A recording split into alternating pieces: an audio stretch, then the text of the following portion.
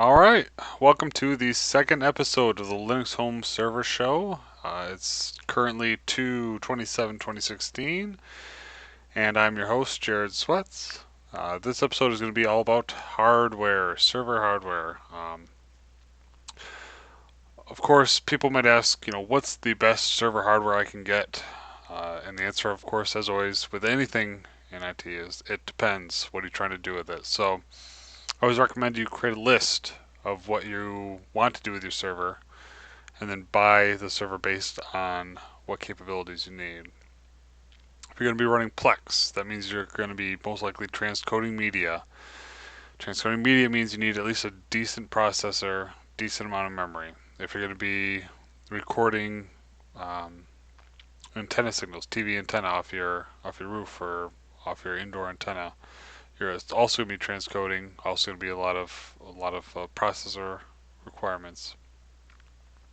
A file server, not terribly resource intensive, so you don't need a whole lot with that.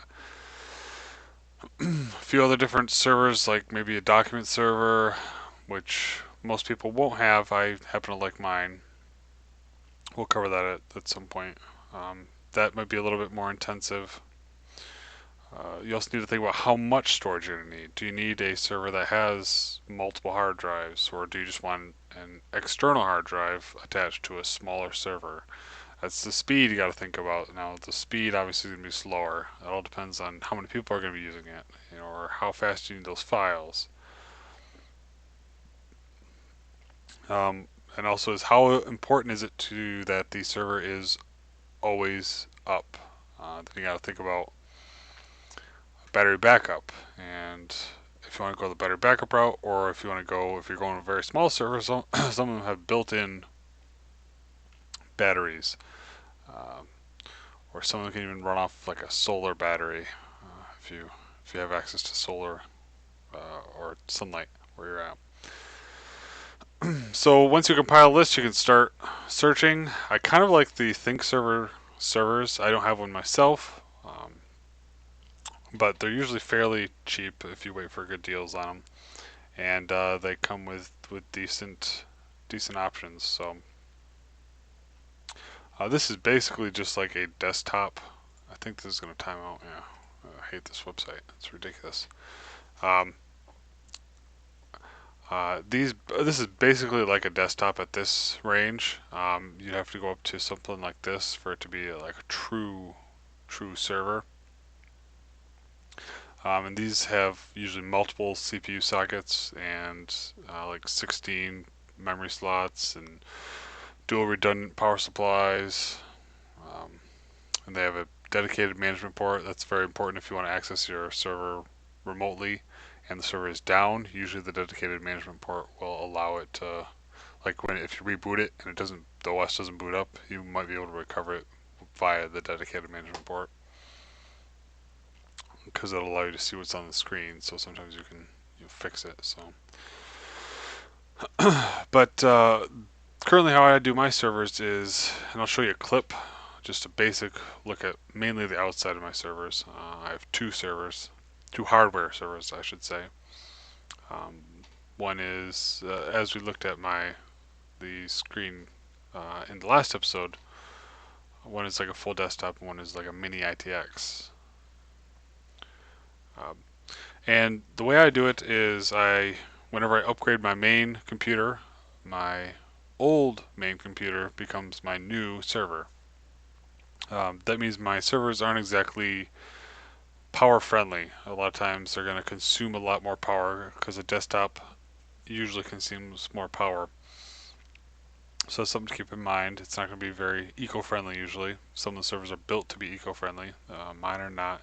Um, Sometimes you can get eco power supplies and that'll help. So basically it's just one generation old hardware because that's all I need to run my stuff. And I'll just keep upgrading my main desktop until I decide that I really need to upgrade like the motherboard and CPU. And once the motherboard and CPU go, they go into my server. So,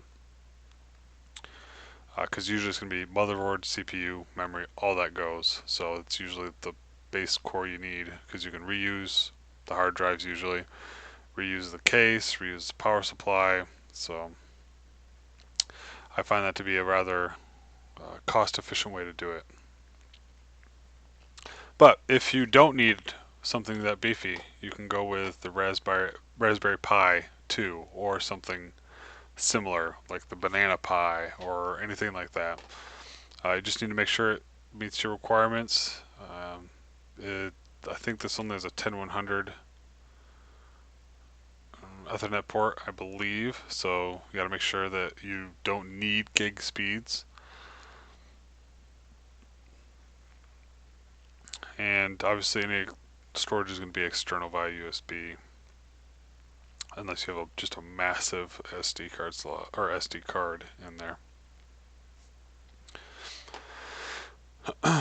So if you do go the mini ITX route for space, space isn't an issue for me currently.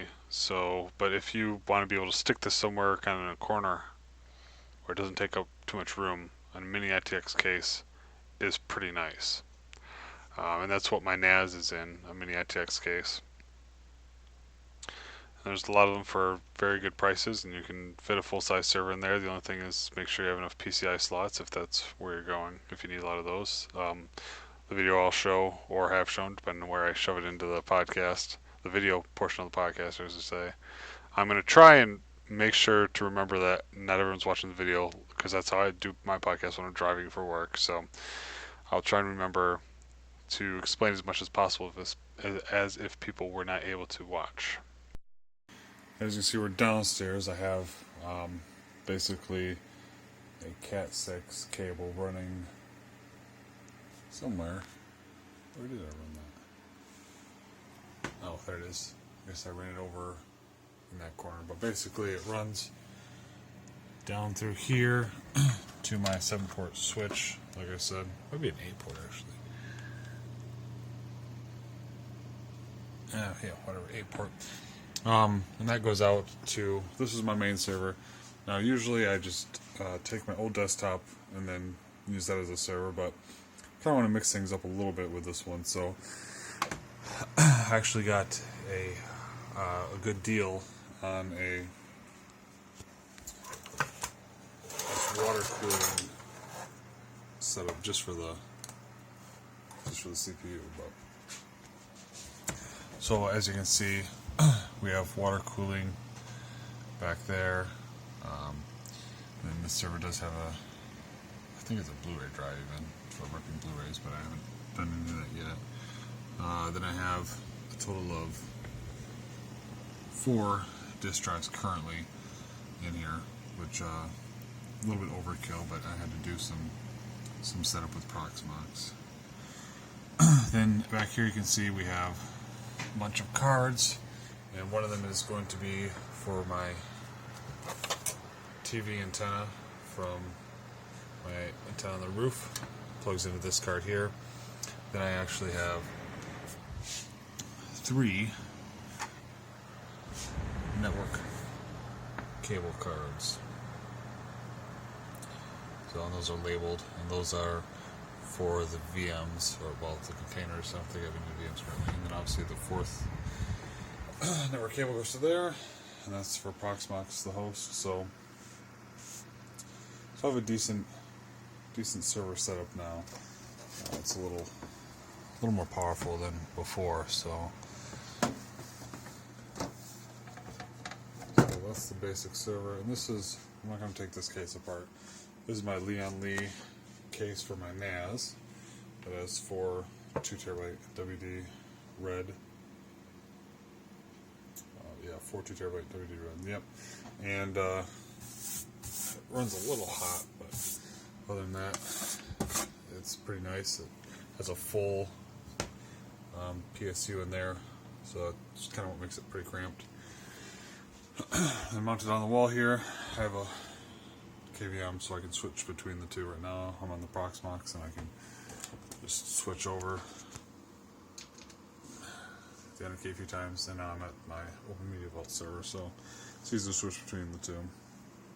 This is my basic workbench, so I have my nice light here that lights things up to work on. That's the basic setup there. So where was I? Oh yeah, gotta make sure you have enough PCI slots. For me, I needed the network slots on my server, or network cards in the PCI slots for my VMs. So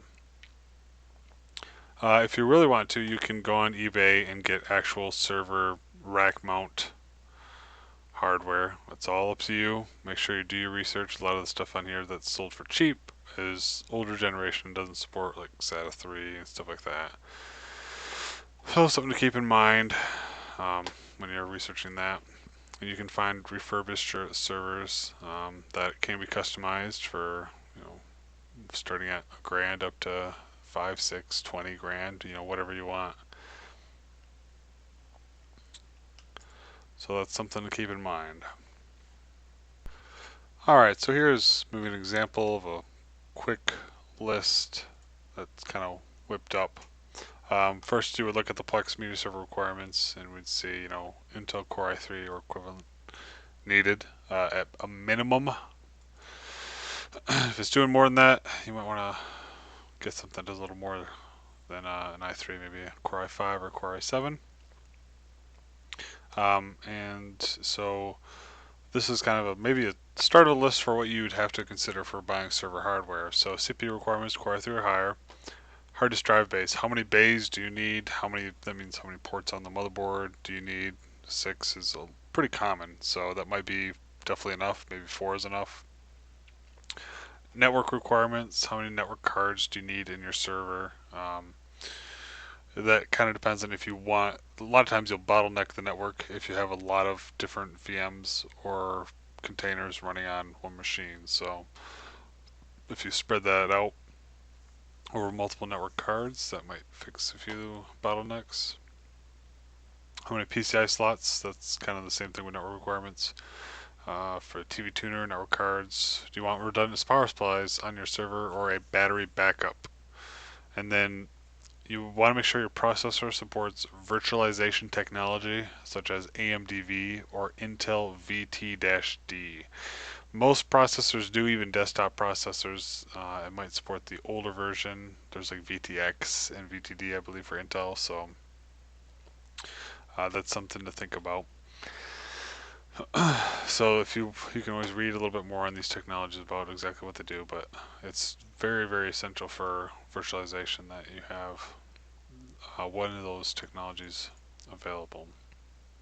Of course, just dig around, look at what you might want to, look at Plex, see what you might want in there. How many RAM? 2 gig of RAM for Plex, so at least 2 gigs you'll want. Um, so that's basically where you'll want to get a start at it, and that should be it.